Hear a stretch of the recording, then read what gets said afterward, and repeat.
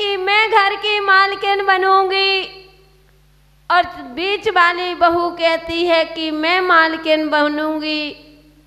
अब मैं किसको घर की मालकिन बनाऊं समझ में नहीं आता। उसने कहा कि इसमें खेद की क्या बात है, ऐसा करिए, जाओ आज तुम अपनी बहू से कहना, तीनों बहुओं को बुलाना और अपने पास में बिठाना और कहना कि बेटा मेरा एक प्रश्न का जवाब दो, जो सही उत्तर देगा उसको घर का मालकिन दिया जाएगा, यानी मालिक बनाया जाएगा। तीनों घर में उसने कहा बस यही पूछना कि सबसे दूर तक किसकी आवाज जाती है। उसने घर में जैसे ही घुसा वही झगड़ा कि मैं घर की मालकिन बनूंगी, वह कहती है मैं घर की मालकिन बनूंगी। अब पिता ने कहा है कि बेटा लड़ो मत, आज हम तुम्हारा न्याय किए दे रहे हैं, पूरा बंटवारा करे दे रहे हैं, आज पूरा निर्णय किए दे रहे हैं कि आखिर कौन घर का संचालन करेगा, घर की मालकिन कौन बनेगी। मैं पूरा इसका निर्णय करने बैठा हूँ, इधर आओ। सब आ गए, चाह रहे थे।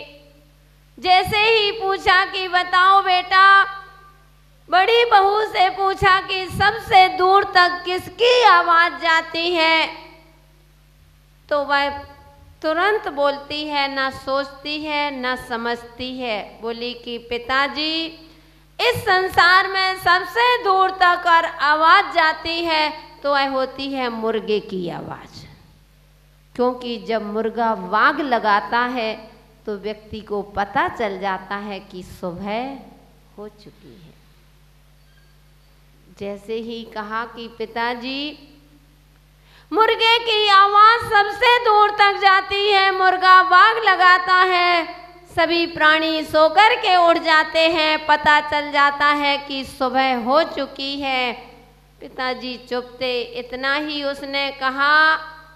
दूसरी बहू कहती है कि नहीं पिताजी, क्या मुर्गा नहीं बोलेगा तो सुबह नहीं होगी क्या? वो बात भी सही है, अगर मुर्गा भागना, यहाँ मुर्गा नहीं है तो क्या सुबह नहीं होते क्या? उसने कहा क्या मुर्गा नहीं बोलो, कहावत भी है एक बुंदेलखंड में कि क्या मुर्गा नहीं बोलेगा तो सुबह नहीं होगी क्या? क्या तुम नहीं रहोगे तो परिवार नहीं? कहते हैं कि मेरे कारण से परिवार चलता है, मैं ही परिवार को चलाता हूँ, मैं ना रहूँ तो परिवार का संचालन नहीं हो सकता है, मैं समाज का मुखिया हूँ, अगर मैं ना रहूँ तो समाज नहीं चल सकती है। तो उस देश में बुंदेलखंड में कहा जाता है कि मुर्गा नहीं बोलेगी तो क्या सुबह नहीं होगा क्या? क्या आप नहीं रहोगे तो क्या समाज नहीं चलेगी क्या? क्या आप नहीं रहोगे तो घर का संचालन नहीं होगा क्या? क्या बीवी बच्चों का पालन पोषण नहीं होगा क्या? सब होता है बंधु, जिसने चोंच दी है वह चून अपने आप देता है, तुम क्या अपने आप को दूसरों को खिलाओगे? इसलिए बंधु, तो वह मझली बहू कहती है कि पिताजी क्या मुर्गा नहीं बोलेगा तो सुबह नहीं होगी, इसलिए मुर्गे की आवाज में इतनी दम नहीं, सबसे दूर तक आवाज जाती है तो कुत्ते की आवाज जाती है। जब कुत्ता भौंकता है तो पता चल जाता है एक राहगीर को कि आगे नगर बसा हुआ है। अगर कुत्ता ना भौंके तो नगर का पता नहीं चलता है, इसलिए दुनिया को पता चल जाता है। जो राहगीर आता है तो रास्ते पर पता चलता है जब कुत्ता भौंकता है कि आगे नगर बसा हुआ है, इसलिए कुत्ते की आवाज में ज्यादा दम है। तीसरी बहू को बुलाया, बोले बेटा अब तू बता कि किसकी आवाज दूर तक जाती है? तो वही बहू कहती है, छोटी बहू कहती है पिताजी आप स्वयं समझदार हैं, अब मैं क्या बताऊं, आप ही बता दीजिए वह कहता है कि नहीं बेटा, आखिर पूछना तो पड़ेगा, आखिर बताओ। बड़ी संस्कारवान बहू थी क्योंकि मैंने कहा ना, जो संस्कार लेकर के आती है वह हमेशा अपने परिवार को चलाती है, तो वह संस्कारवान थी। उसने कहा कि पिताजी मैं नहीं, आप स्वयं समझदार हो, मैं तो छोटी हूँ, अज्ञानी हूँ, मैं क्या आपको बताऊँ, आप तो स्वयं समझदार हैं। पिता कहते नहीं बेटा, आखिर बताओ कि सबसे दूर तक किसकी आवाज़ जाती है, तुम भी तो बहू हो, मेरा कर्तव्य होता है, दायित्व होता है, मेरा प्रश्न तीनों से है, एक से नहीं। तो वह कहती है, हाथ जोड़ करके विनम्रता के साथ कहती है कि पिताजी अगर आप मुझसे ही पूछना चाहते हो तो मैं इतना ही कहूँगी कि ना मुर्गे की आवाज़ में वह शक्ति होती है, ना कुत्ते की आवाज़ में वह दम होती है। अगर दम होती है दुनिया में तो मीठी आवाज़ की होती है, कि जितनी दूर तक अगर आवाज़ फैलती है तो मीठी आवाज़ जाती है, जिससे दुनिया अपनी हो जाया करती है। बंधु समझ गए आप? उस नगर, उस घर की मालकिन कौन बनी? छोटी बहू। समझ गए? अब ध्यान रखना, मालकिन बनना है तो आवाज़ को अच्छा रखना, मीठी भाषा बोलना। इसलिए बंधुओं, तो अपने जीवन में जब आपको मालूम है, यहाँ तक कि हमारे आचार्यों ने वाणी के लिए भी कह दिया वचन गुप्ती होना चाहिए, साधुओं से कह दिया कि वचन गुप्ती, कि आपकी वचन अच्छे होना चाहिए। यहाँ भाषा समिति कह दी, साधुओं के लिए कह दिया भाषा समिति का पालन करो, ओछे शब्द कभी मत बोलो, अगर नहीं बनता है तो मौन रहना अच्छा है। आज तुम लोग साधुओं के पीछे क्यों दौड़ते हो? कारण क्या है? क्यों साधुओं के चरण छूते हो? क्यों साधुओं के पीछे लगे रहते हो? क्यों आकर के बैठते हो?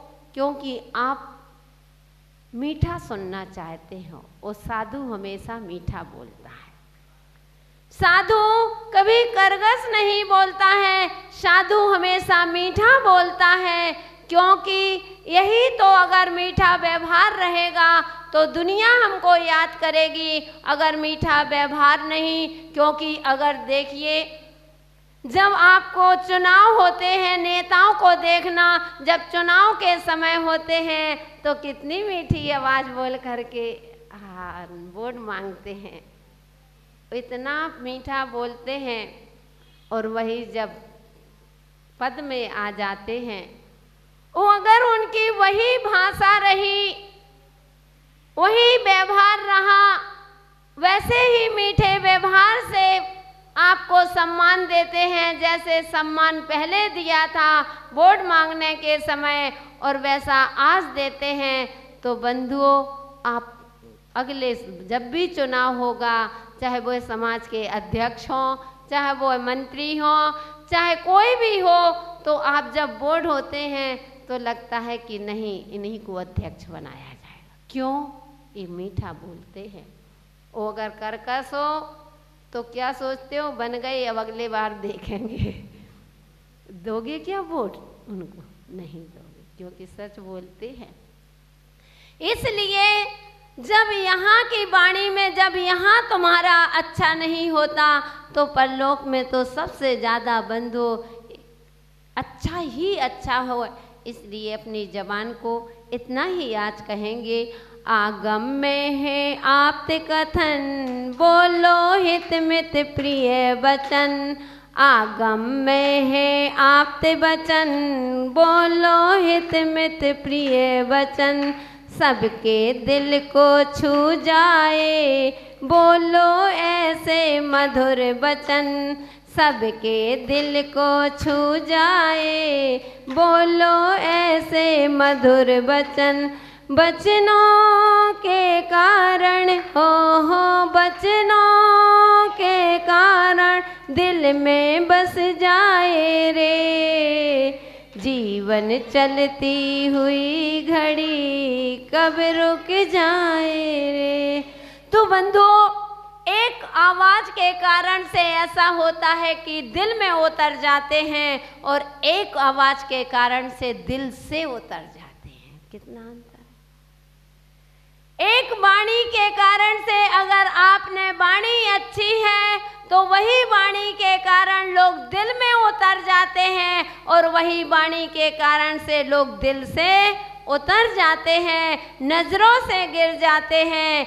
इसलिए दुनिया में अगर अपने आप को सम्मान चाहते हो तो अपनी भाषा को सुधारिए, अपनी भाषा में मिठास लाइए, थोड़ा सा अपनी भाषा में उस चीनी को घोलिए। अगर चीनी दूध में अगर चीनी डल जाती है तो दूध का स्वाद बढ़ जाता है। इसलिए बंधुओं, कभी भी हो तो कभी कड़वी भाषा नहीं, मीठी भाषा बोलना, और मीठी भाषा से हमारा जीवन पावन और पवित्र बनता है। इसलिए कल हमने मन को, आज हमने वचन को देखा, कल अपनी चर्चा करेंगे कि काय, कि मन हमारा कहीं जाता है, वचन से हम कुछ और कहते हैं, यहाँ से वचन से नमोकार मन चल रहा है, लेकिन हमारा मन कहाँ चल रहा हो, वो काय से किस प्रकार से क्रिया होती है, क्यों हमें उस आत्मा की अनुभूति का स्वाद नहीं मिल पाता। मन वचन काय को एकाग्र करके भी अगर हमारी आत्मा से संबंध नहीं जुड़ा तो ये बाह्य वस्तुएं हैं। जब तक बाह्य का सुख अलग होता है, यह सुख मात्र सुखाभास हो जाता है। जब अंदर में से हमारी उस आत्मा चेतन से जुड़ता है, मन वचन काय की आवाज़ अंदर से जुड़ती है, तो हमारे जीवन का उत्थान हो जाता है। इसलिए हम कल काय की चर्चा करेंगे कि किस प्रकार से हमारे काय की शुद्धि, बंधु मन को शुद्ध कर लिया, वचनों को देख लिया कि हमें वचन की शुद्धि करना है, और वचन भी शुद्धि हो गई, और 6 महीने मौन रह लो तो बंधुओं कहते हैं कि अब आपको वाक शुद्धि हो जाती। अगर आपको अच्छी आवाज़ करना है, आपको वचन की कि आपने जो वचन बोला वह सही हो जाए, तो मौन रहना सीखो। जितना अधिक मौन रहोगे उतनी ही आपकी बात में प्रामाणिकता होगी। कोई होते हैं इतना बोलते जाते हैं, नहीं भी सुनना होगा तो ही बोलते हैं, कभी कभी सुनते जाओ, लगता है कि कहाँ से आ गए, जाओ तो ज़्यादा। इसलिए नहीं, कम बोलो, सार्थक बोलो, ऐसा बोलो कि हमारे परिवार में कभी दीवार खड़ी ना हो। दिलों से दिल तो मिल जाए लेकिन दीवारें खड़ी ना हो, ऐसी भाषा बोलेंगे तो हमारा परिवार स्वर्ग बन सकता है। बंधुओं, स्वर्ग जाने की आवश्यकता है ना नरक जाने की आवश्यकता है। अगर तुम्हारी वाणी में मिठास है तो यही तुम्हारा स्वर्ग है, और वाणी में खटास है तो यही तुम्हारा नरक है। इसलिए अपनी वाणी को हित मित प्रिय वचन बोल करके, अच्छे वचन बोल करके दुनिया के दिलों में उतरिए, दिलों से ना उतरे। ऐसा व्यवहार बनाइए, ऐसी भाषा बोलिए, इतना अच्छा अपना व्यवहार रखो, क्योंकि वाणी से ही व्यवहार बनता है। मैं हमेशा कहती हूँ कि अपने व्यवहार को ऐसा रखना कि जहाँ रहो वहाँ का प्यार मिले। अपनी वाणी को, अपने व्यवहार को ऐसा बनाओ कि जहाँ रहो वहाँ का प्यार मिले, और जहाँ से निकल जाओ वहाँ के लोग हमको याद करें, और जहाँ हमको जाना है वहाँ के लोग हमारा इंतजार करें। तभी तो हमारा जीवन सार्थक होगा। हमारे जीवन का जन्म लेना एक तभी हमारा सार्थक कहलाता है। नहीं तो जहाँ से आए थे और सम्मान चाहते हैं वो, तो अपनी वाणी का सम्मान करना सीखो। समय आपका हो गया। जय बोलिए भगवान महावीर स्वामी की। प्यारे प्यारे भक्तात्माओं, जीवन में आज तक हमारी दिशा और दशा में परिवर्तन नहीं दिखता। आखिर कारण क्या है कि हम इतनी भगवान की आराधना कर रहे हैं, भगवान की भक्ति कर रहे हैं, स्वाध्याय भी हमारा चल रहा है, लेकिन कारण क्या है कि जो हम चाहते हैं वह हमको मिल नहीं पाता है। हम सोचते हैं कि भगवान की भक्ति करने से हमारे संकट दूर हो जाएंगे, हमारे जीवन में शांति आएगी। हम चाहते हैं कि भगवान की आराधना से हमारे जीवन की दिशा और दशा दोनों बदलेगी। लेकिन बंधुओं, जीवन जहाँ का तहाँ खड़ा हुआ है, जहाँ के तहाँ हम वहीं पर खड़े हुए हैं। इतनी वर्षों से भगवान की आराधना चल रही है, लेकिन जीवन में अंतर नहीं। जीवन हमारा नीचाइयों पर जा रहा है। आखिर कारण क्या है? तो बंधुओं, जब तक आपको जीवन में जिह्वा और जीवन में अंतर रहेगा, तब तक तुम्हारे जीवन का कभी कल्याण होने वाला नहीं है। जब तक आपके उच्चारण और आचरण में अंतर दिखेगा, तब तक तुम्हारा जीवन जैसा था वैसा ही रहेगा। ना भूतो ना भविष्यति, ना भूत में बदला है और ना आगे बदलेगा। इसलिए अपने जीवन को आगे बढ़ाना है, क्योंकि बंधुओं, यह जीवन बड़ी दुर्लभता से मिलता है। यह जिंदगी हर किसी को नहीं मिलती है। जिंदगी मिली है तो जीवन में कुछ करके बताओ, क्योंकि जिंदगी तो वैसे ही निकल जाना है। जिंदगी एक आइसक्रीम की तरह होती है।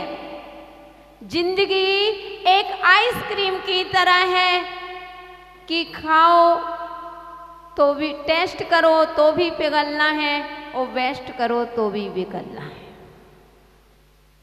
इसलिए जब वेस्ट ही होना है, पिघलना ही है, ऐसे जिंदगी का टेस्ट करना सीखो बंधुओं। और जिस दिन तुम जिंदगी का टेस्ट करना सीख जाओगे, तभी तुम्हारे जीवन का कल्याण। और कल्याण कब होगा? जब आपके मन, वचन और काय की एकाग्रता हो।